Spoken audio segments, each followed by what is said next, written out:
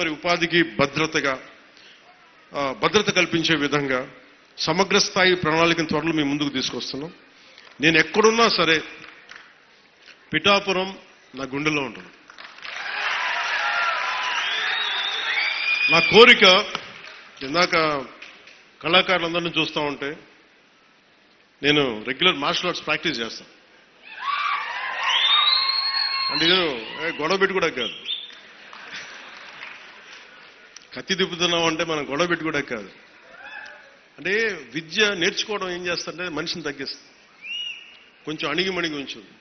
అంటే ఏమీ లేని ఇస్తురాకు ఎగిరెగిరి పడద్దు, అన్ని ఉన్న ఇస్తురాకు కూర్చుంది. సో ఇదేంటంటే లెర్నింగ్.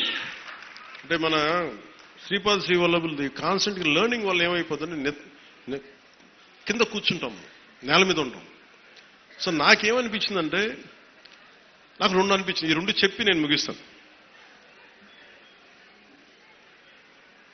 ఒకటి పార్టీ పరంగా చెప్తాను, మిగతా అభివృద్ధి పరంగా ఏం చెప్పాలో చెప్తాను.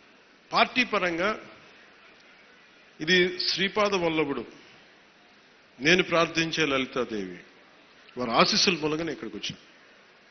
వారు ఎందుకంటే వారు లేకపోతే నేను ఇక్కడికి రాను. నేను ఎప్పుడు చాలా చిన్న వయసులో ఒక 18-16 ఏళ్ళప్పుడు 17-18 వయసులో అనుకుంటా శ్రీపాద శ్రీవల్లభుడు చరిత్ర చదువు. ఆయన ఎక్కడుంటారో కూడా తెలియదు, చాలా కాలం తెలంగాణలో ఉంటారు అనుకునేవాడు. తర్వాత నాకు అర్థమైంది ఆయన జన్మస్థలం ఇదని. సో అలాంటిది ఇక్కడికి వచ్చింది, నన్ను తీసుకురాబడ్డాను. తల్లి పురుహూతికాదేవి దీవెనలు. అందుకని ఇది నాకు స్పిరిచువల్గా, ఆధ్యాత్మికంగా నాకు చాలా కీలకమైంది. సో నేను ఇది రాజకీయంగా నేను చూడట్లేదు మన పిఠాపురాన్ని.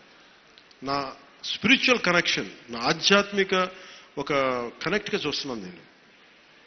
సో నేను మీకు ఈ అభివృద్ధి కానీ ఇవన్నీ కానీ by product. Politics is a by product of my spiritual journey. అందుకని పిఠాపురం నాకు ఆశీస్సులు, గురువుల ఆశీస్సులతో ఇక్కడికి వచ్చాను నేను.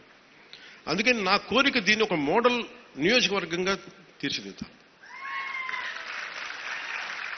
దానికి పూర్తిగా నేను కృషి చేస్తాను.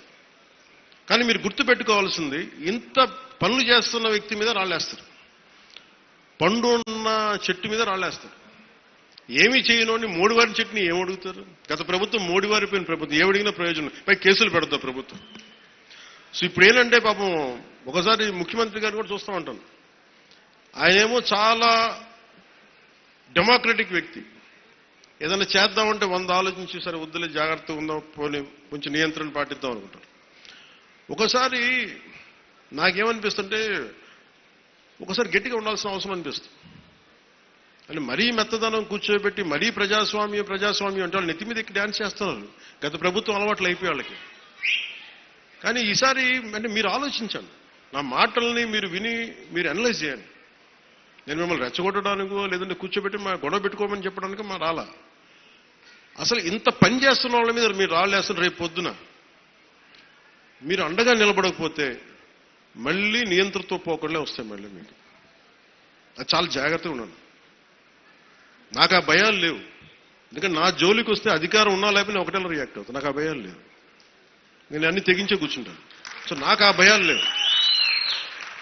సో నాకు ఏముందంటే పిఠాపురం దేశానికి మోడల్ అని ఎందుకని అంటున్నానంటే, ఇది రోడ్డు లేని గ్రామం ఉండకూడదు, ఈ గుంతలు ముంపు ఉండకుండా ఏం చేయాలి, దీని మీద ఆలోచన చేస్తా ఉన్నాను. నా లక్ష్యం అదే. పిఠాపురం ప్రజలంతా మీరు దీవెనిచ్చారు, ఆ దేశానికి కూడా బలమైంది నన్ను గెలిపించి. అలాగే పిఠాపురం ప్రజలంతా మీరు పాడి పంటలతో పిల్లా పాపలతో సుఖశాంతులతో ఉండాలని మనస్ఫూర్తిగా మీ అందరినీ కోరుకున్నాను. సో నేను ప్రత్యేకించి పార్టీ పరంగా